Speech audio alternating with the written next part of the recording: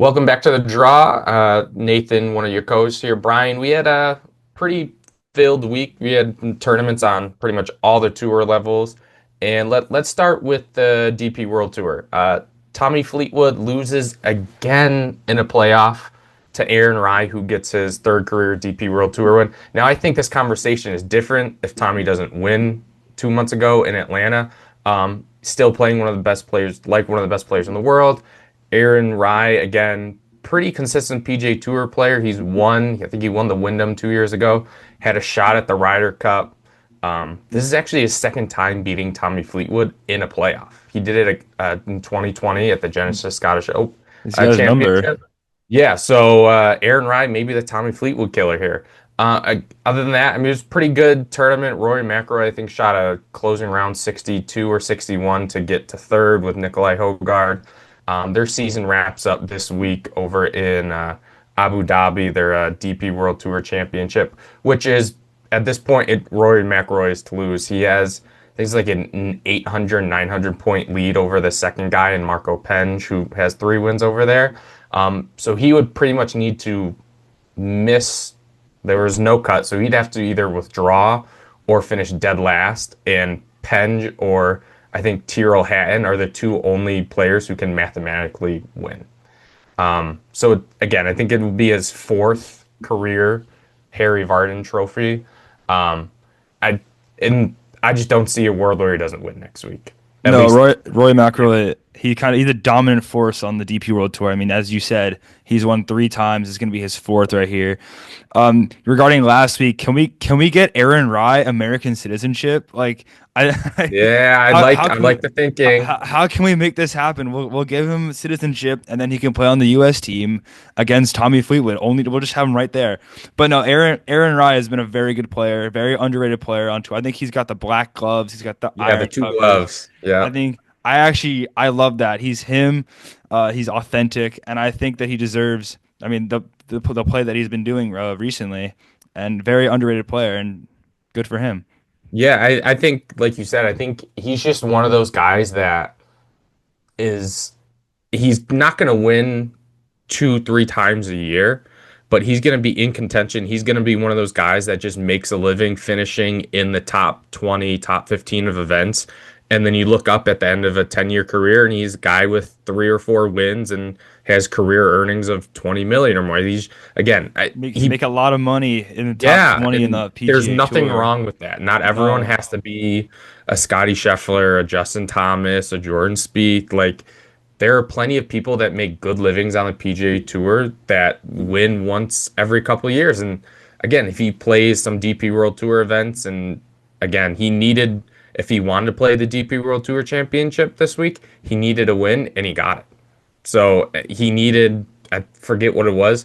He just said, screw it, I'm going to go win. Now he's all the way up to ninth. Does he have a shot next week at the year-long trophy? No, but it's another paycheck of a winner. It's getting into that final event next year or next week. And again, more money.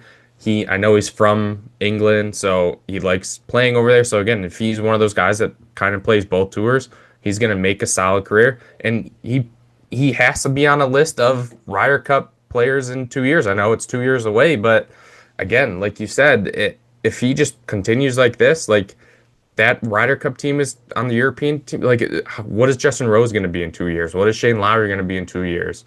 Maybe they take an Aaron Rai who is just a consistent ball striker who is just good. Like, especially at a home Ryder Cup, you maybe take a chance on him for 1 week to see what he is.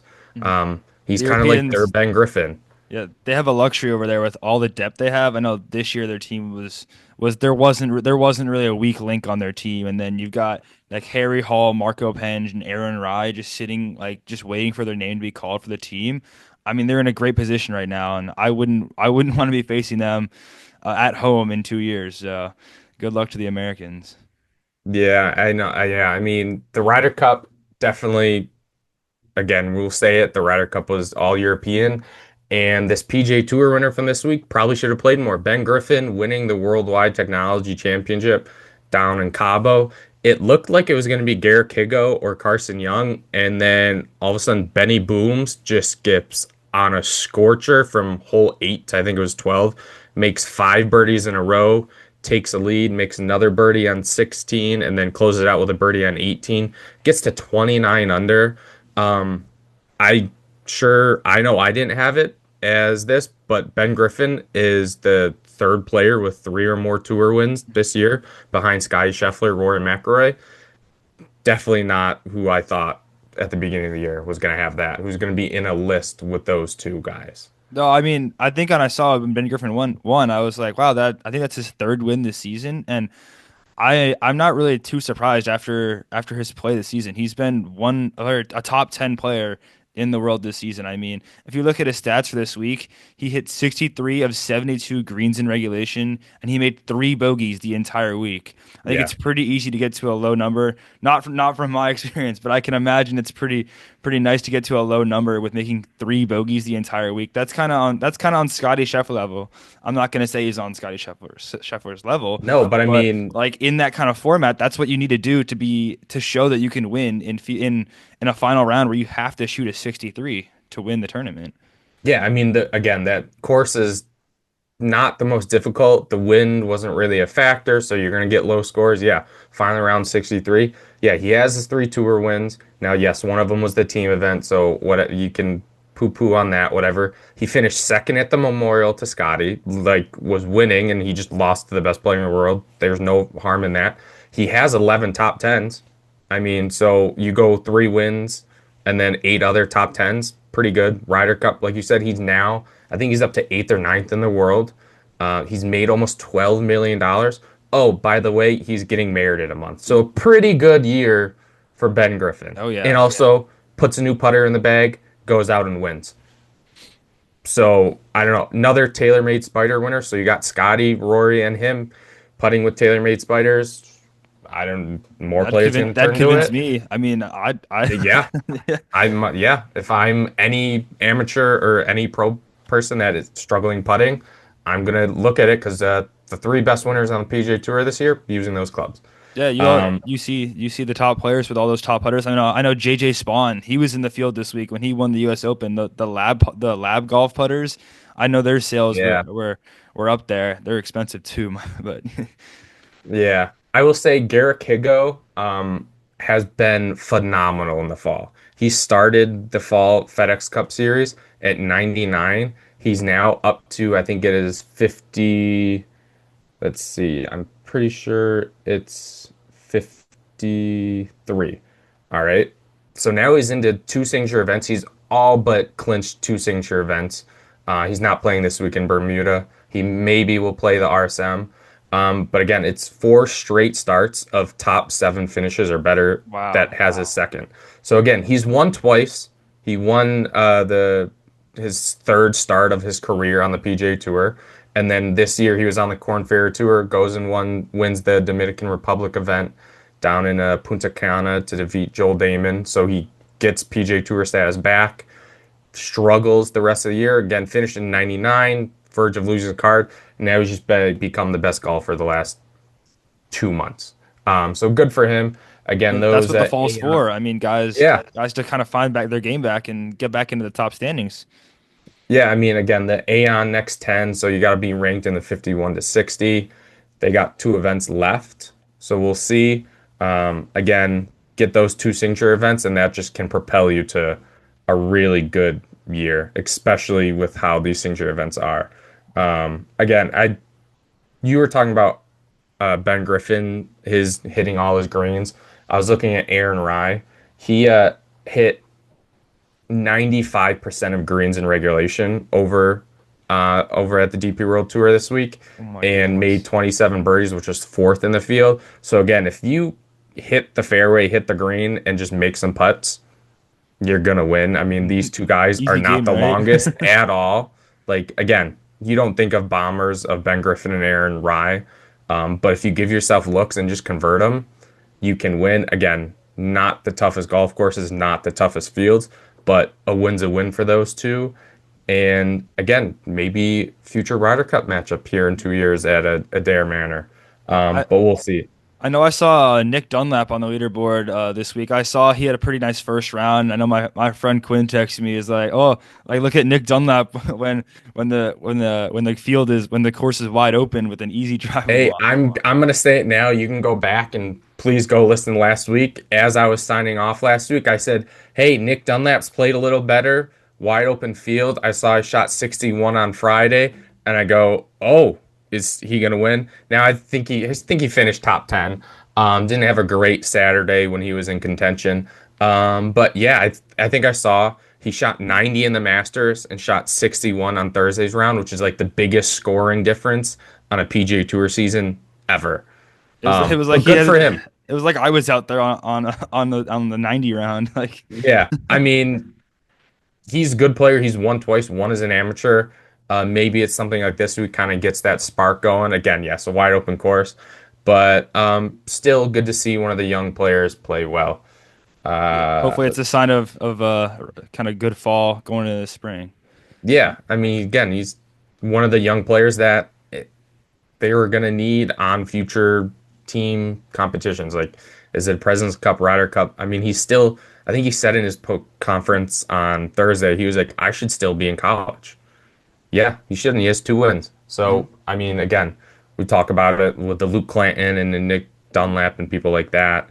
The young golfers, they need to help the U.S. here in the next coming years in these team competitions.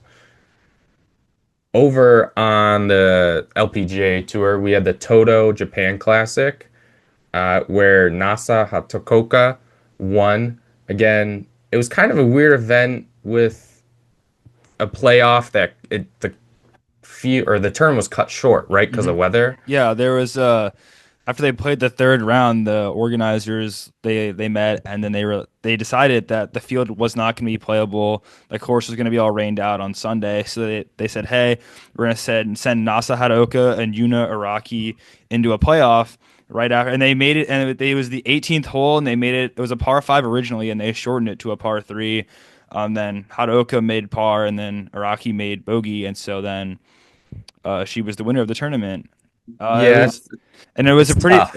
I know it was, but it was kind of similar. I know a month and a half ago in Arkansas, the tournament got canceled after one round because of the weather. So pretty unlucky for the LPGA tour. But I mean, I'm pretty sure most players, if not everyone, got some money for this week because of the round, or those who made the cut at least. And then another stat I saw was 8 of 9 of the top players on the leaderboard were Japanese. I mean, it makes sense because the tournament is in Japan, and it is kind of an LPGA Tour, JLPGA Tour kind of joint event.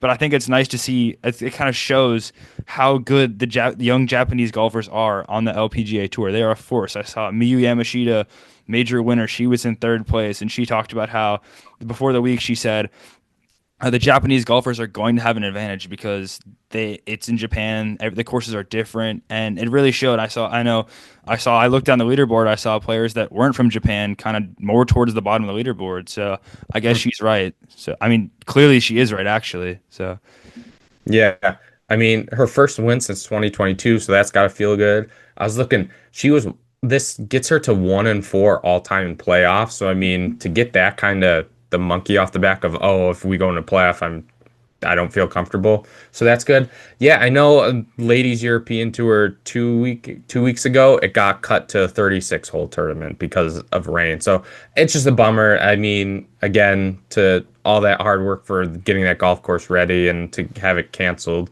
it's tough. Still good. It's still a win. Still good for her, especially with the tour championship coming up here.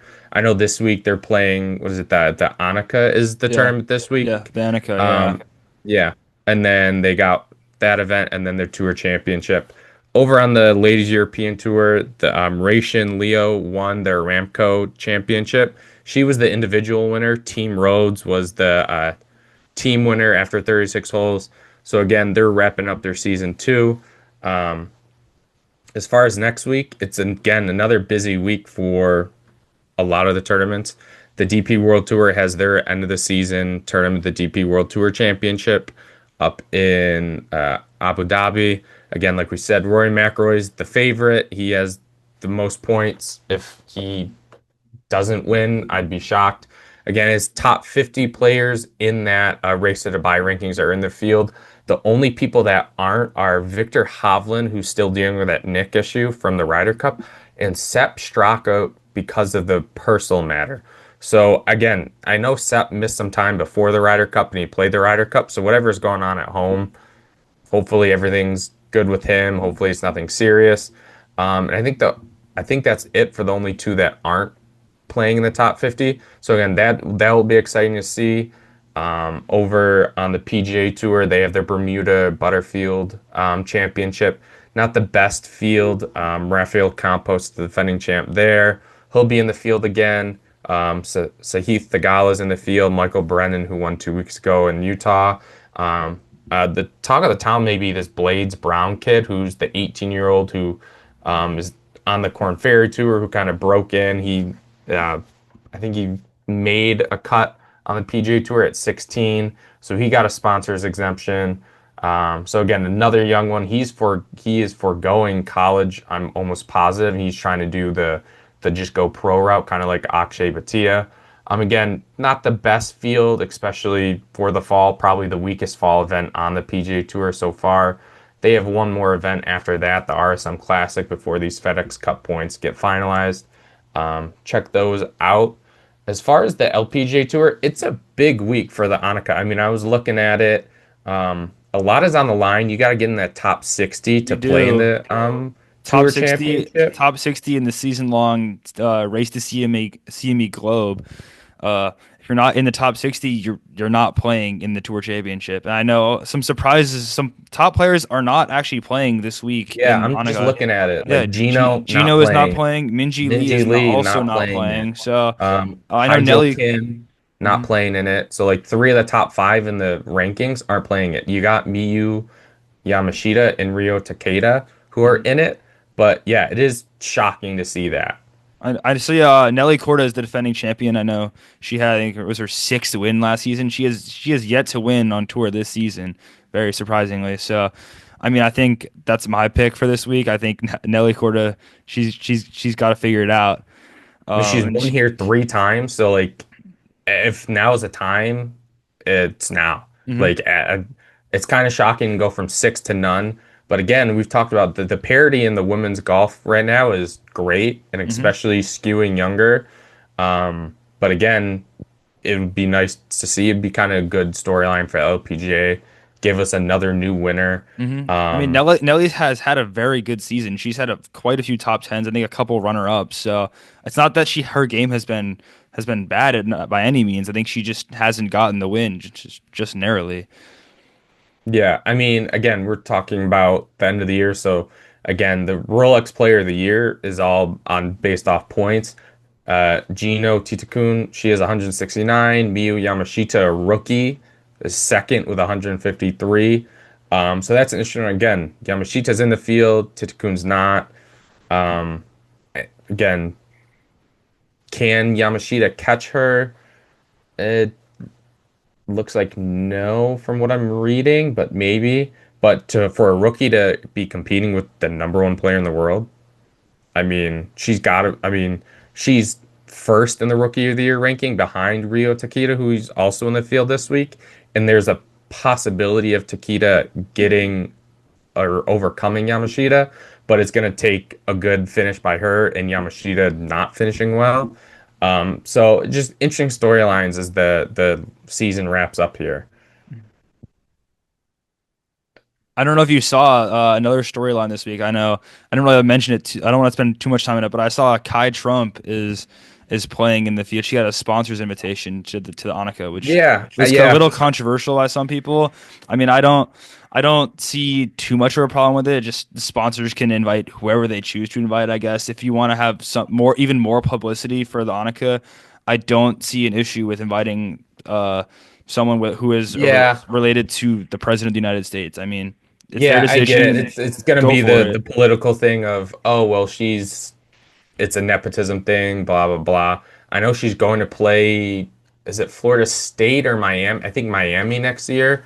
Again, who knows what she turns out to be as a professional golfer? Maybe she's nothing. Maybe she's good at college.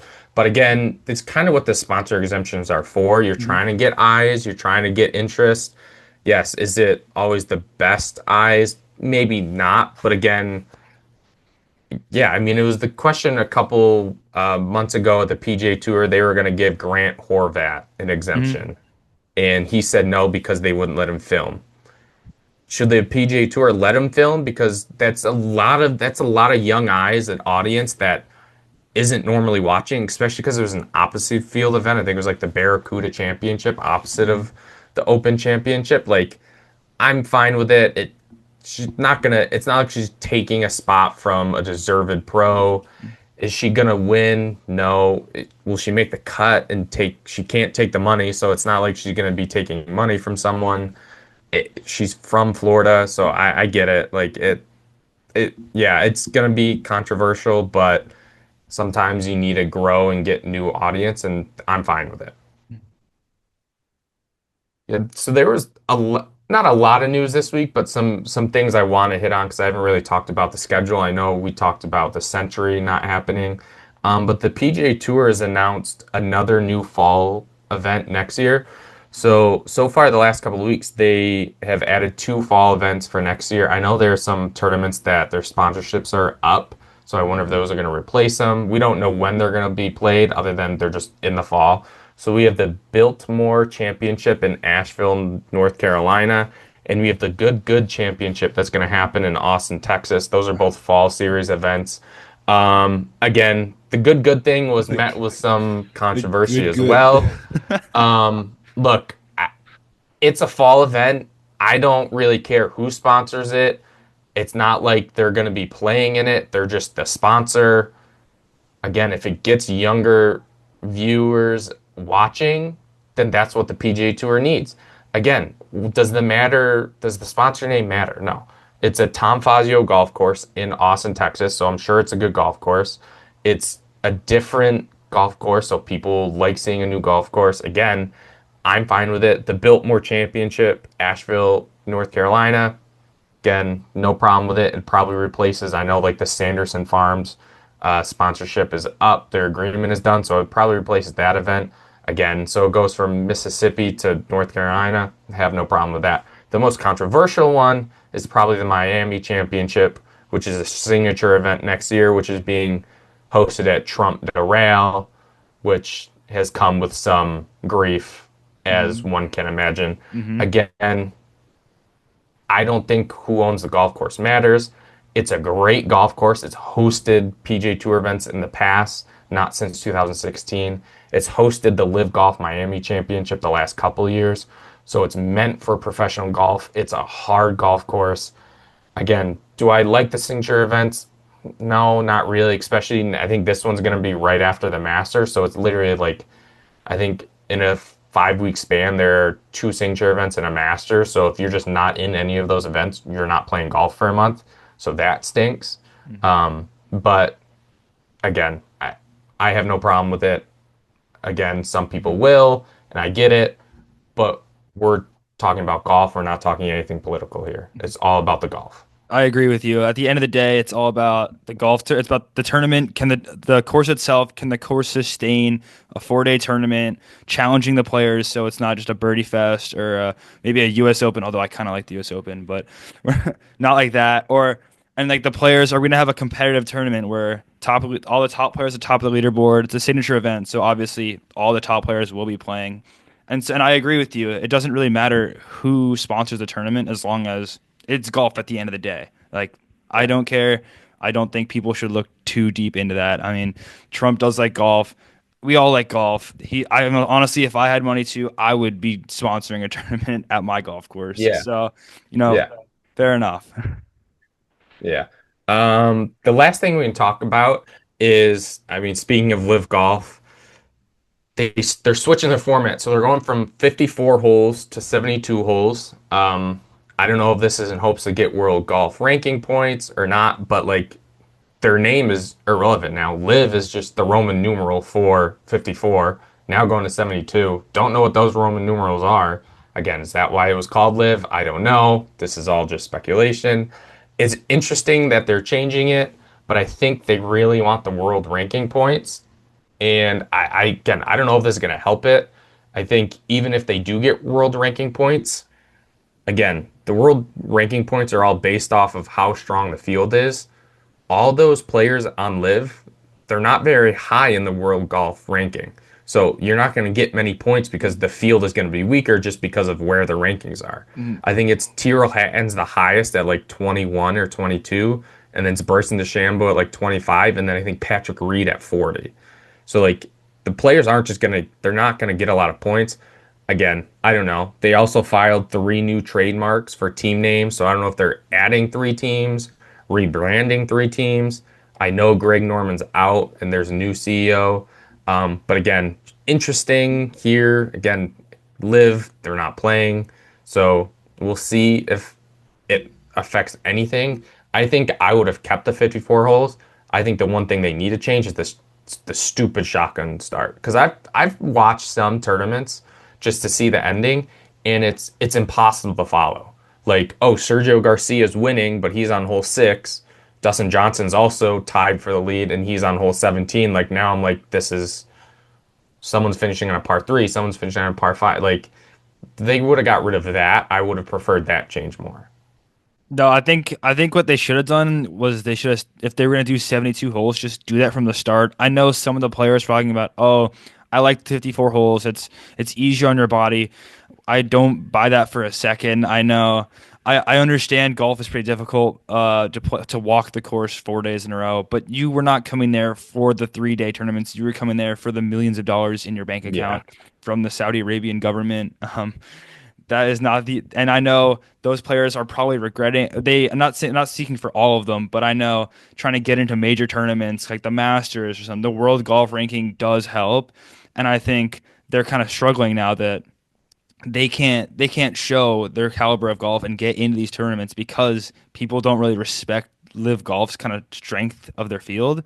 So I don't know. That's kind of all I have on kind of Live Yeah, Golf. it's again, it maybe it helps their players play in the majors who are there like used to the 72 holes. Like, is that a thing? Like maybe like John Rahm hasn't performed well in the majors because he's not used to playing 72 holes. Like, I don't know, you add an extra round every 14 tournaments they play, it's an extra what, 14 rounds. So you're still not playing nearly as much as you did on the PGA Tour.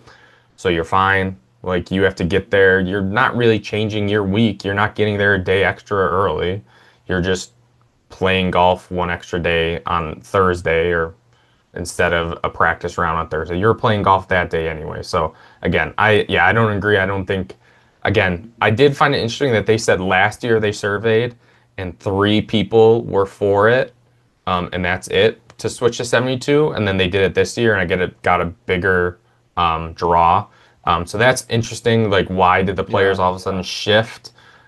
Is it because they want the world ranking points? I don't know. Again, who knows? Guess we'll find I out what don't know that if happens with these. that.